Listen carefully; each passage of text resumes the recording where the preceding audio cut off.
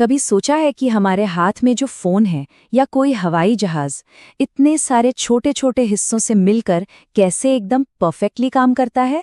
आज हम प्रिसिजन यानी सटीकता की उसी छिपी हुई दुनिया को समझने वाले हैं।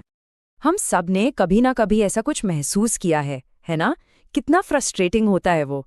और यकीन मानिए, इसके पीछे एक बहुत ही दिलचस्प साइंटिफिक वजह है। तो चलिए इस चीज को समझते हैं। असल में मैन्युफैक्चरिंग की दुनिया में कुछ भी 100% परफेक्ट नहीं होता। हमेशा छोटे छोटे मामूली से अंतर होते हैं, और जब ये अंतर बड़े हो जाते हैं तो असली प्रॉब्लम शुरू हो जाती है। यहीं पर टॉलरेंस का कॉन्सेप्ट आता है। इसका मतलब है कि हर हिस्से को थोड़ा सा विगल रूम या कहें तो छूट दी जाती है। ये एक सीमा है कि कोई माप अपने आइडियल साइज से कितना छोटा या बड़ा हो सकता है। तो क्या होता है जब ये सारे छोटे छोटे विगल रूम्स एक साथ आ जाते हैं? यहीं से असली कहानी शुरू होती है, और इसी को कहते हैं टॉलरेंस स्टैकअप। जरा सोचिए, आप लेगो ब्लॉक से कुछ बना रहे हैं। हर ब्लॉक थोड़ा सा छोटा या बड़ा है। एक या दो ब्लॉक में शायद पता ना चले, लेकिन जब आप 10 ब्लॉक एक साथ जोड़ते हैं तो वो छोटी छोटी गलतियां मिलकर एक बड़ी दिखने वाली प्रॉब्लम बन जाती हैं। बस यही है टॉलरेंस स्टैकअप। तो सवाल ये उठता है कि इंजीनियर्स को ये पहले से कैसे पता चलता है और वो इसे मैनेज कैसे करते हैं। खैर, उनके पास इसके लिए एक पूरा टूल किट है जिसमें इस स्टैक को कैलकुलेट करने के अलग अलग तरीके हैं। चलिए एक एक करके देखते हैं। पहला और सबसे सीधा तरीका है वर्स्ट केस मेथड। ये तरीका ना एक निराशावादी की तरह सोचता है। ये मानकर चलता है कि हर पार्ट अपनी टॉलरेंस लिमिट के सबसे बुरे छोर पर होगा, जिससे सबसे बड़ी पॉसिबल गलती होगी। ये बहुत ही सिंपल है। हम बस अलग अलग टॉलरेंस को सीधा सीधा जोड़ देते हैं। जैसा हम यहाँ देख सकते हैं, पार्ट ए का टॉलरेंस है ±0.5 mm और पार्ट बी का है ±0.3 mm। इन दोनों को जोड़कर कुल टॉलरेंस बनता है ±0.8 mm। बिल्कुल सीधा हिसाब। अच्छा, अब इसी वर्स्ट केस को देखने का एक और तरीका भी है। इसे कहते हैं मैक्समिन मेथड। देखिए, इस मेथड में हम हर पार्ट की सबसे बड़ी और सबसे छोटी डायमेंशन को जोड़कर देखते हैं। तो सबसे बड़ी माप आती है 150.8 mm और सबसे छोटी है 149.2 mm। इन दोनों के बीच का जो कुल अंतर है वो 1.6 mm है, जो कि हमारे पिछले ±0.8 mm टॉलरेंस के बराबर ही है। मतलब हम उसी नतीजे पर पहुंचे, बस रास्ता अलग था। लेकिन एक मिनट, क्या असल दुनिया में हमेशा सबसे बुरा ही होता है? ज्यादातर नहीं।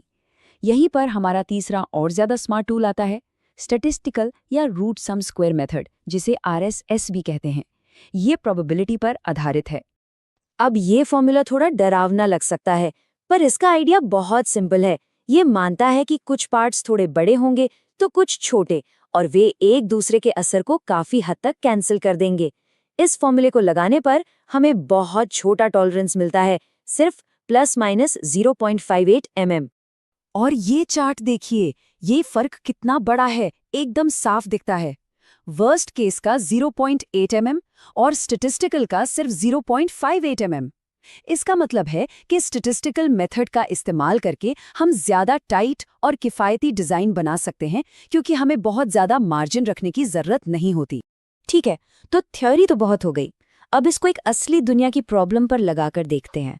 ये पता लगाना कि एक पिन एक छेद में ठीक से फिट होगा या नहीं। तो ये समझने के लिए हमें एक शब्द जानना होगा, क्लियरेंस। इसका मतलब बहुत आसान है, दो जुड़ने वाले हिस्सों के बीच के खाली जगह या गैप। चलिए इसे एक उदाहरण से समझते हैं। मान लीजिए हमारे पास 50 ±0.2 mm का एक होल है और 49 ±0.1 mm का एक शाफ्ट है। अब यहाँ पर एक सबसे ज़रूरी बात याद रखनी है, एक गोल्डन रूल है। भले ही हम डायमेंशन को घटा रहे हों, टॉलरेंस हमेशा जुड़ते हैं। तो सबसे ज़्यादा गैप कब मिलेगा? जब होल अपनी सबसे बड़ी साइज पर हो और शाफ्ट अपनी सबसे छोटी साइज पर, जो हमें देता है 1.3 mm का गैप। और सबसे कम गैप जब होल सबसे छोटा हो और शाफ्ट सबसे बड़ा, यानी 0.7 mm का गैप। इसका मतलब ये है कि पार्ट हमेशा फिट होगा और गैप 0.7 से 1.3 mm के बीच रहे। ठीक है, हमने सारा गणित तो देख लिया, लेकिन अब सबसे बड़ा सवाल, एक डिजाइनर को कौन सा तरीका इस्तेमाल करना चाहिए? ये स्लाइड इसे बहुत अच्छे से समझाती है। अगर कोई चीज सेफ्टी के लिए बहुत जरूरी है, जैसे एरोस्पेस का कोई पार्ट, तो वर्स्ट केस इस्तेमाल करते हैं, जहां फेलियर का कोई चांस नहीं ले सकते। अगर आप लाखों पीस बना रहे हैं, जैसे कार के पार्ट्स, जहां कॉस्ट बहुत मैटर करती है, तो आरएसएस ज्यादा बेहतर है। और मैक्समिन और लिमिट मेथड असेंबली और मशीनिंग की जांच के लिए बहुत काम आते हैं। अगर इस पूरी बातचीत से सिर्फ एक बात घर ले जानी है, तो वो ये है, ये टॉलरेंस एनालिसिस का मूल मंत्र है, इसे कभी मत भूलिएगा।